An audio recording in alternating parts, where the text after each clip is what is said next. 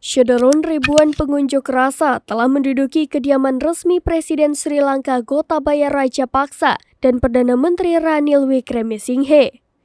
Sebelumnya, massa mulai menyerbu rumah dinas tersebut pada Sabtu 9 Juli 2022 untuk menuntut Gotabaya Rajapaksa mundur dari jabatannya.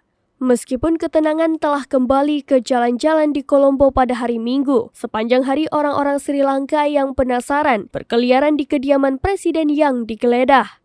Seorang penjual sapu tangan berusia 61 tahun, PM Chandrawati, ditemani oleh putri dan cucunya mengatakan dia belum pernah melihat fasilitas mewah seperti di kediaman presiden.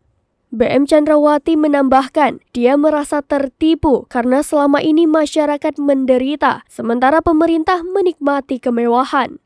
Di dekatnya, sekelompok pemuda bersantai di tempat tidur bertiang 4. Beberapa orang juga terlihat berdesak-desakan di atas treadmill yang dipasang di depan jendela besar yang menghadap ke halaman rumput yang terawat. Para pemimpin gerakan protes mengatakan mereka akan menempati kediaman presiden sampai Gotabaya Rajapaksa mundur dari jabatannya.